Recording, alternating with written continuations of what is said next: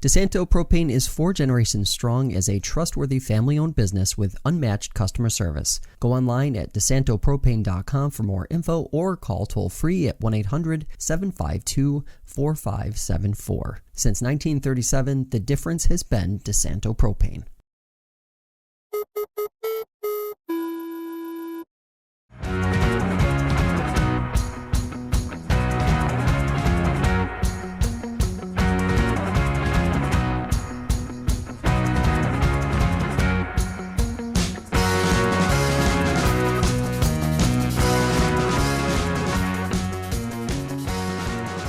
All right, everybody, welcome into an All-Star Week edition of Concrete Jungle New York Baseball Podcast here on FingerLakes1.com. Paul Russo and Kyle Evans here with you.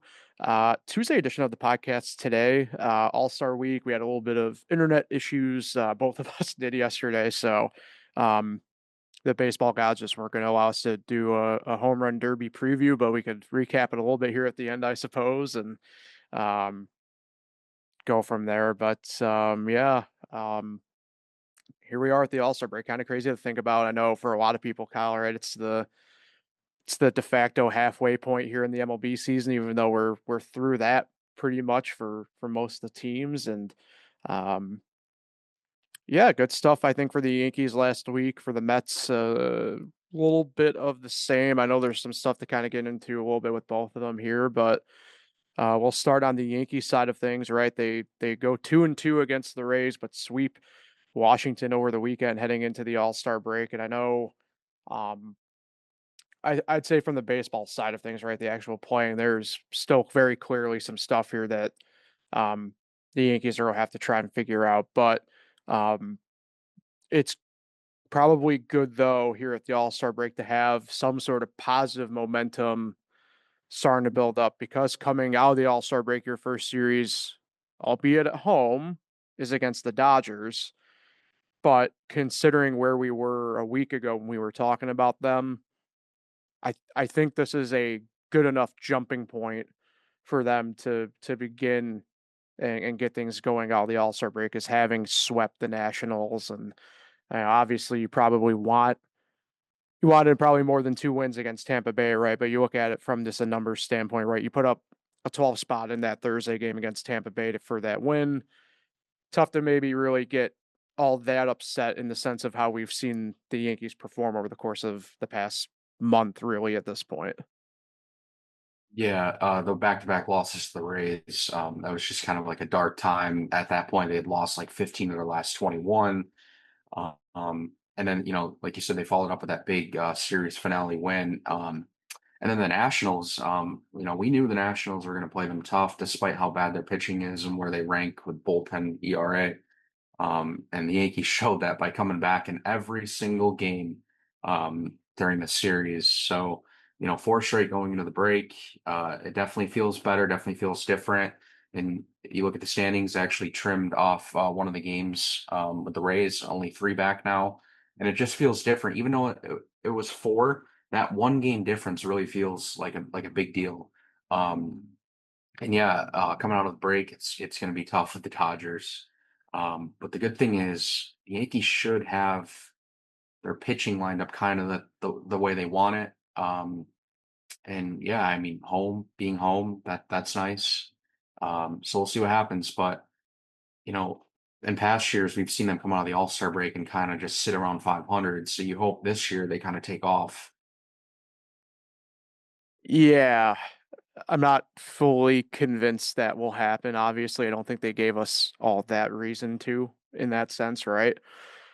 And that might be, we'll table portions of that conversation here for in a little bit later on in the pod. But it's good to see we got Austin Wells on pace now for 59 hits or whatever the hell it's at. And and that's kind of what I meant when I teased it up here a little bit, right? It's the fact that, if we want to dissect some stuff here, which we can, I'm not going to steer away from it, obviously, but like you mentioned, right, Kyle, every game against the Nationals, the Yankees did have to come from behind to some degree, right? I know specifically Sunday sticks out to me because, that game in particular, I had to just more follow along on my phone more than anything else. And, um, they get the lead, they lose the lead, they come back and grab the lead. And it's like, man, dude, like, here we go a little bit. I was anticipating them not getting the sweep at that point when I saw that they had lost the lead, right? And yeah, to bounce back. And I think that's kind of one of those things I go back to where, they tried to against Cincinnati. I'm going to draw a couple parallels here, right? The Washington bullpen's not great by any means. That's if you want to take a spot at finding a problem point for the Nationals, it is their bullpen, and the Yankees were able to chip through that all series, obviously, especially on Sunday in my mind because, um, yeah, like you mentioned,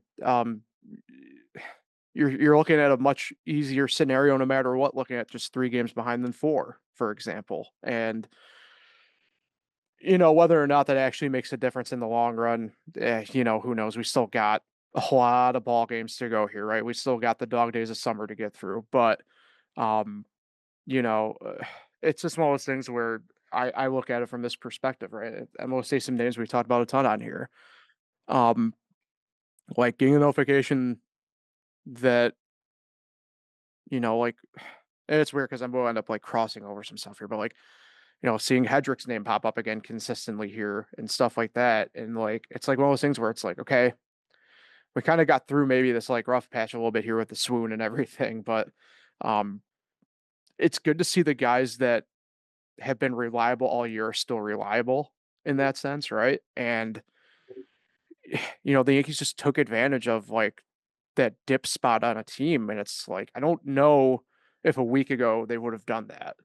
And I think that's more the positive that I see out of this than say like even like the standings wise, where it's just like whatever. But I don't know. I don't want to jump too far ahead, but it's like it still is all to do because of just the way the past, like I said, frankly, month has been for the Yankees, right? Like let's not get it let's not get it twisted, right? This offense, yeah, we got to see a 12 spot, and yeah, sure, they got to 5 runs a couple times against Washington, but like this is still a very clearly struggling offensive team.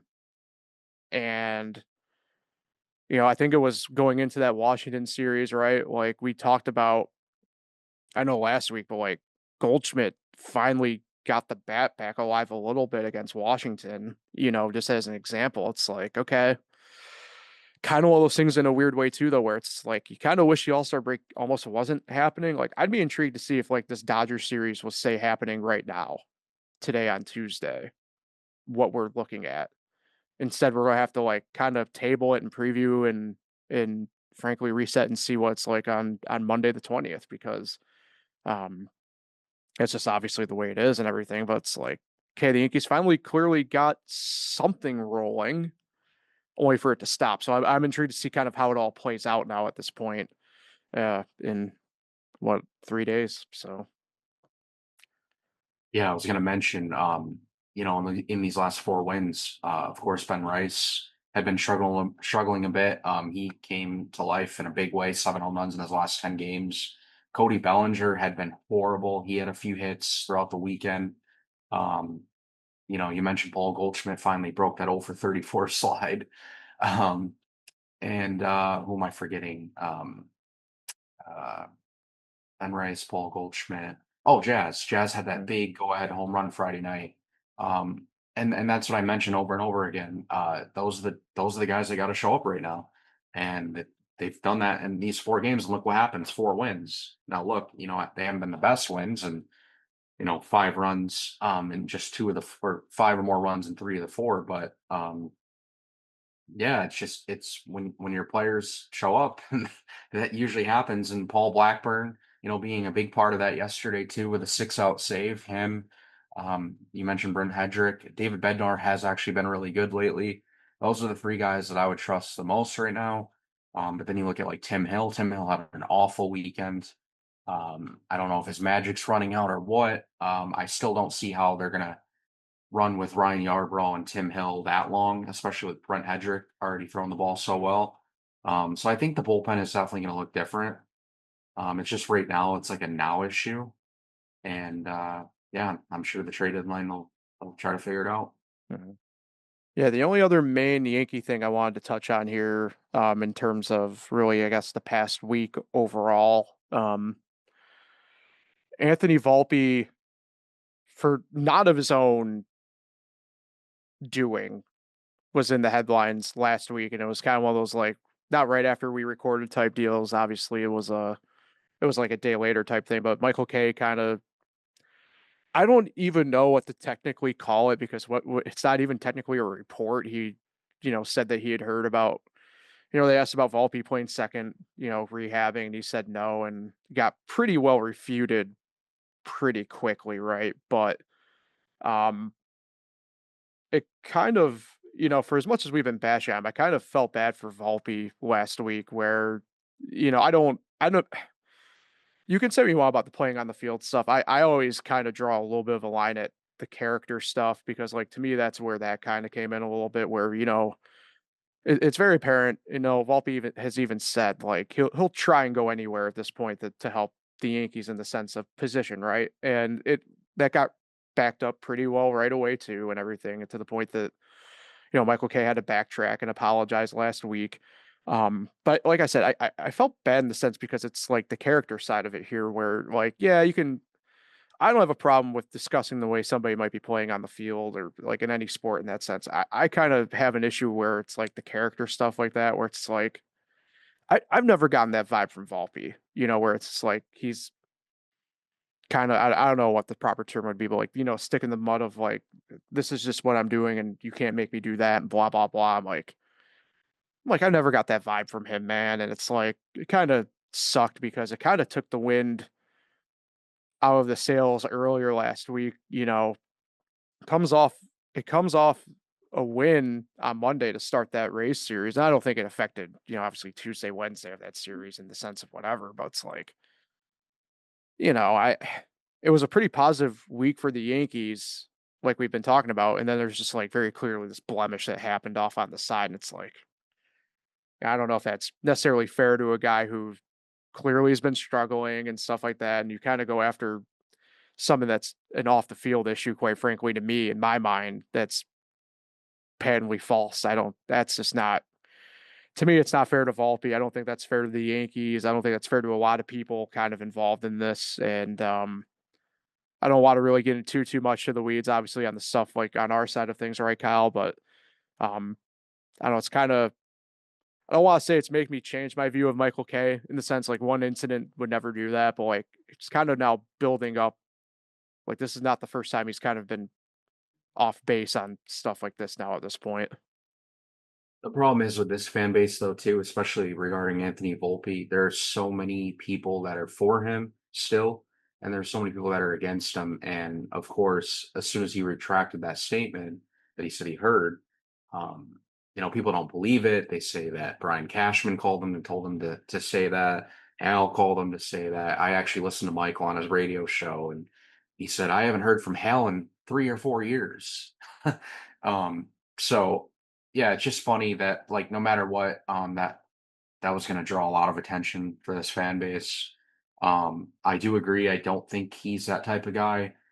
He seems like a really nice guy that's just struggling, can't figure it out. I mean, it is the big leagues. It's not easy. A lot of people fail. I know he's had a lot of time. I know we jump on him at times.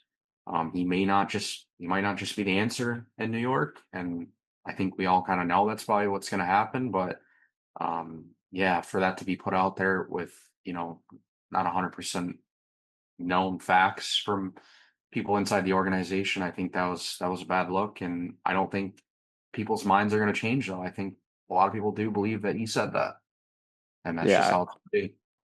Yeah, I agree with everything you said there. It's just like I said, one of those things where it's like I'm fine with doing the stuff on the field critique wise. This off the field stuff for me is where I get a little bit I don't know, nauseated, it makes you a little bit not sick, right? But it's just like we're all humans at the end of the day. I know, we've all had stuff happen where it's like, that's just not it. And from that level, that's where I kind of feel, like I said, I feel bad for Volpe, who, like we mentioned, right? I mean, it's just not working out, and I don't think you don't need to keep piling on a guy, especially when it's something, frankly, that's pretty well not to do with the actual critiques you have of him in that sense. And yeah, I agree with you too. To me, especially we're at the All-Star break anyway, and like this is normally, and I mean, he even talked last week, but like Cashman's at this point in the season is usually talking to the folks in the media anyway. And, to that end, like to kind of maybe take Michael K's side of things here for a second, just not in that way I think people might be thinking. Um, yeah, when was the last time we had Hal in front of a microphone? It's like only like in December we see him. So like, like it's hard not to even maybe take Michael K's side on things on that side of things in the sense of like he's clearly not talking to anybody on that side. So like, where I guess maybe to that end too, where's the line? Who knows? But either way, everybody appears at least to this point to move on, and I think that's what we'll do here on the podcast as well. Last Yankee thing to touch on before we go to the Mets involves the All-Star break, obviously. Home run derby last night. Ben Rice, I don't want to say rough showing because it was the first year of the format and that of this format, and I want to touch on that at the end of the podcast anyway, Kyle. But was just kind of good to see a young guy like him into the home run derby. It was, I don't know. I think as baseball fans and you get to the deeper core Yankee fans in an ideal world, it probably would have been like Aaron Judge, but it just doesn't happen. But it's good that Rice's kind of year has been put on a display for it to be shown last night. I know for him, it probably wasn't maybe the showing he wanted, but it was just a cool story too. He had his dad throw to him for his pitcher and stuff like that, and it looked like he was frankly at the end of the day for him on the personal level, it looked like he was just having a good time doing it, right? And I think that's a pretty big thing, for him right now too. Like you mentioned, right? He's been struggling lately at the dish, so something like this where you're able to kind of cut loose a little bit, just have a little bit of fun. Hopefully maybe this is one of those inverse things where the derby actually helps him in this second half of the year, jump off the diving board for a good jump. And we get to see some of the Rice stuff we saw for the first couple months of the year kind of come back. Yeah, the thing is, a lot of people well, I've seen a lot of comments last night. People are like, "Oh, the home run derby hasn't been kind to the Yankees." Well, I mean, it's only been the last 2 years really that like stand out the most. And I think last year stood out the most is because Jazz did all that talking leading up to it, Mm-hmm. and then he put Mm-hmm. on that display. Ben Rice was completely different. You could tell. I mean, he even embraced the boos. I mean, some of the loudest boos I think he got. Um, in the stadium.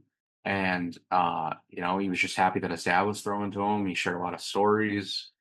Just looked like he was having like some of the most fun despite hitting the least amount of homers. It just felt different than the Jazz home run derby to me. Yeah. Um, and at the end of the day, it is just the home run derby. Like, yeah, it would be nice to see a Yankee represent and go deep and maybe win the derby like Judge did. But I don't know. I don't take it too seriously. And to be honest, I'm gonna air myself out here. I didn't really watch much of it last night. Okay. Just I don't know. Just kind of like wanted to turn it off for the week. I don't even know about the All-Star game. I usually watch the All-Star game, but I don't know. Yeah, I unfortunately for me, because of my own baseball chicanery, I won't be able to watch the All-Star game tonight. I did watch the Derby. We'll do this right now before we get to the Mets stuff. I actually like the new format. I like how it blended some of the newer format styles with the old format styles.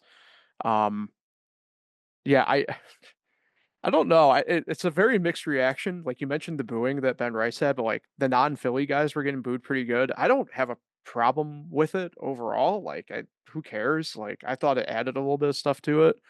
And it wasn't Um, anything on him though. I no, definitely no, think no, no. it's the uniform, just Yeah, the Yankees. Yeah, yeah. I mean, it was literally if your name wasn't Schwarber or Harper last night, you were getting booed. So it's Philly fans being Philly fan. I don't have a problem with it. Like, who cares? yeah. Like, it's part of sports, so it makes it fun. Yeah, I didn't have a problem with the format and stuff itself. I thought it's interesting. I thought Netflix did a pretty good job. I understand some of the camera angle stuff people were complaining about, but like I didn't have a problem with it. You got to see each ball for the most part. I th- eh, I didn't have a problem. I thought the crew was pretty good for excursion and the guys did a pretty good job. The only thing I had issue with was like the pregame stuff was kind of weird with Will Ferrell, but that's just Netflix being Netflix and pushing a product, and who cares that that's going to happen. So, but I hope they keep the format again next year. I thought it was a pretty good blend of old and new, and worked out pretty well. I'd say it was also too. I think a lot of people miss or didn't look at it at this level. Thing got done in 2 hours this year, 8:30 to 10:30. Like I think that's a pretty big thing. Like we've seen home run derbies drag out recently. This one was pretty well in and out in 2 hours. I'll take that any day of the week too. Yeah, and it should have never been timed to begin with. Like just like in a real baseball game, you're not timed. I mean, well, they have the pitch clock now, but you choose what pitch you want to swing at, and that's how I like it. And I watched from the short time I watched it too. I agree. I like Matt Vasgersian as the announcer. I thought ESPN was always terrible. The camera angles more times than not were bad. I mean, some of the announcers, the analysts on there, like I just can't stand them. And the graphics were different too. I mean, I know everyone was talking about how they put that graphic out of Jordan Walker already winning the Derby when it wasn't over yet. But like aside from that, like it was just you could tell the graphics were different than what we're used to. And like, I don't know, I just thought it was like good. I don't think there should be many complaints, although I feel like some are complaining about it. But I Yeah, guess you just have to be like a hater of Matt Vasgersian and whatever. no, I was gonna say people will complain just for the sake of complaining anyway, so it is what Yeah. it is. All right, let's go over to the Mets here. Not as great a final week as the Yankees. They take that final game in Atlanta, so they take 2 out of the 4 in that series, and they follow it up with the first game against Kansas City on Tuesday. They lose 12-16, and it is the most, again, little league stuff we've seen from a team in a while in that game. But they win the next 2 against Kansas City. They take the series win. It's like, okay, here we go. And then they face a team in Boston where it's like, again, a team in a similar spot as you, take advantage of it. And they did not from the result side of things. So they get swept by Boston. Kind of the inverse, I would say, of the Yankees, right, Kyle? Where it's like, I think the Mets are very happy to be at the All-Star break right now. Things didn't go well. But like, again, I got like, it's tough to talk about them right now because like, what else can we say at this point about them that we haven't discussed, right? And it, again, for if whatever momentum they could have had, they squander it by getting swept by Boston. And then the biggest thing from that series against the Royals, which they won, is that Tuesday game where you just have the ball. It's a circus out there. Like, I don't know, man. It's one of those things for them where I just kind of I'm scratching my head for the same reasons and new reasons all at the same time. And we're at the point with them where we are 2, we're just a hair under 3 full weeks away from the trade deadline.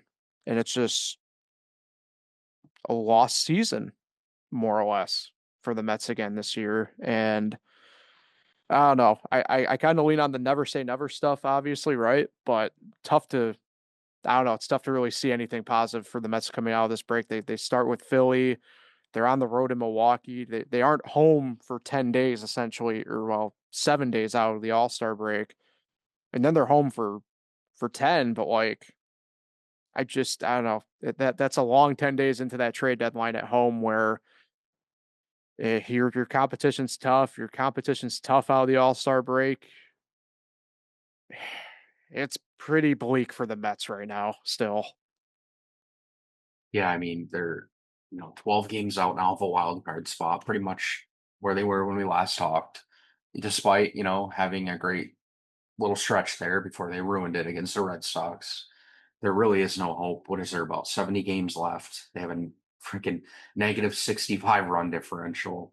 I mean, there's just so many stats that are just telling. If you're a Mets fan, I guess just turn the TV on and kind of just maybe have a bet going or something because what you're going to see is not really fun to watch.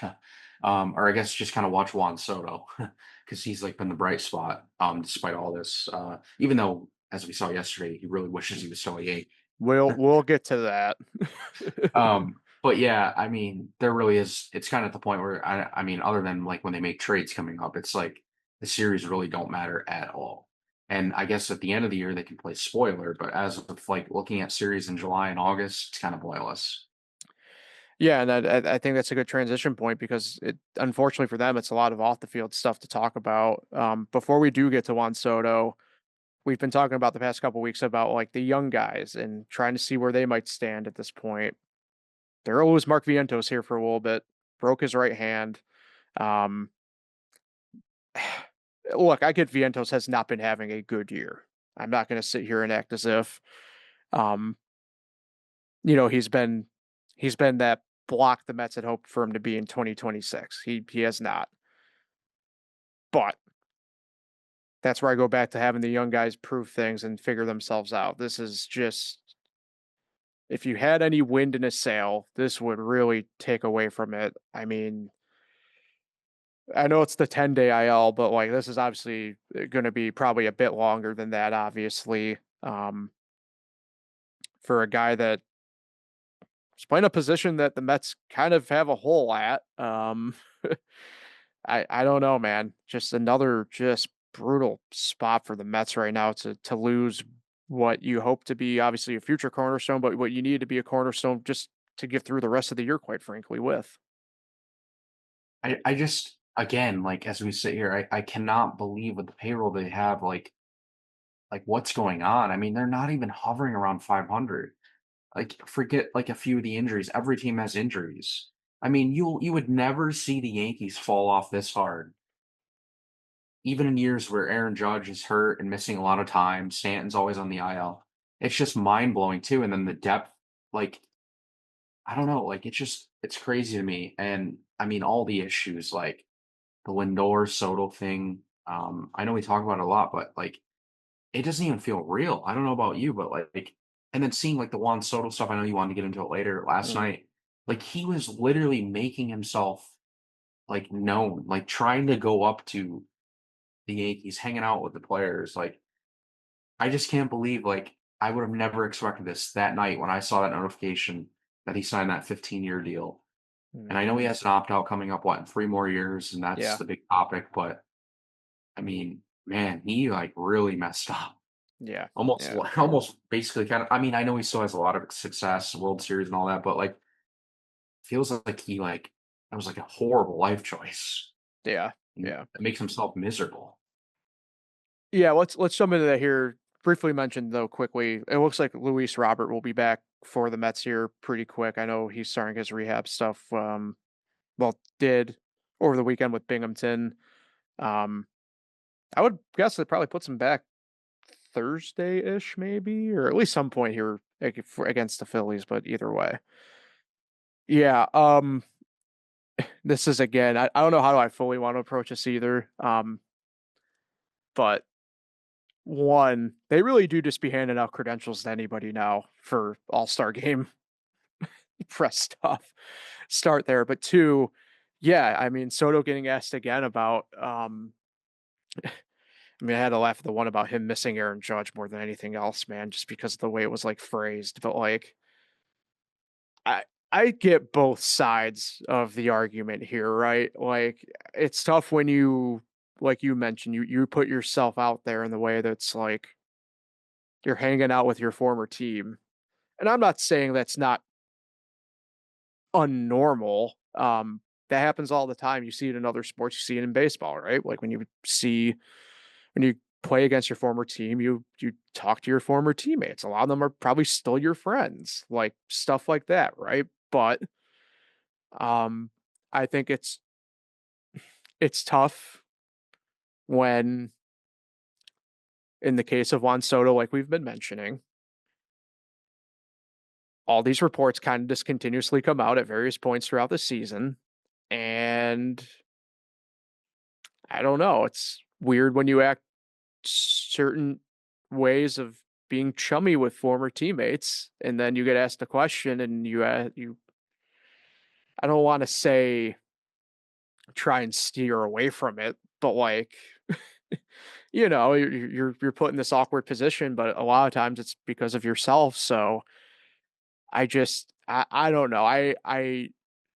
I feel bad for Soto at one token, but also at the other, I'm just like, well, you're kind of doing it to yourself to a degree, man. Like, I don't know. I think it's one of those, like, you play in New York. I think you just got to accept that some of this stuff is going to happen, and you just got to go out and do your thing. And I suppose maybe for me, Kyle, at the end of the day, it's like, I don't know if there is a right or wrong answer for either side of this outside of, um, in the case if for Juan Soto, I would just be like, just go out there and play your game, man. At this point, like, screw it. Like, people aren't going to either be happy or mad or whatever you want to call it, unless it's one way or another anyway. So just go out there, do you. And I mean, hey, at the end of the day, if you want to opt out in 3 years, go ahead and opt out. Like, I'm not going to sit here and get upset at a player for taking a bag. Like, go get your money, man. Like, I wish I had the opportunity to go sign for $500 million, but I don't have that ability, right? So, yeah, it's just one of those things where it's like I get every side of it, but at the end of the day, for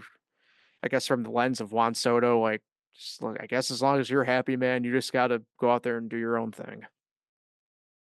Yeah, I think it's just for me, it's his actions. It all starts in social media. I don't know if you even Mhm. like really see some of this, but he's constantly liking Yankees posts, Aaron Judge Really? stuff, fan pages posts. There's actually a couple guys that I've talked to on there, like Instagram, Yankees fan pages. Like he'll like react to their stories like by like putting a thumbs up and stuff.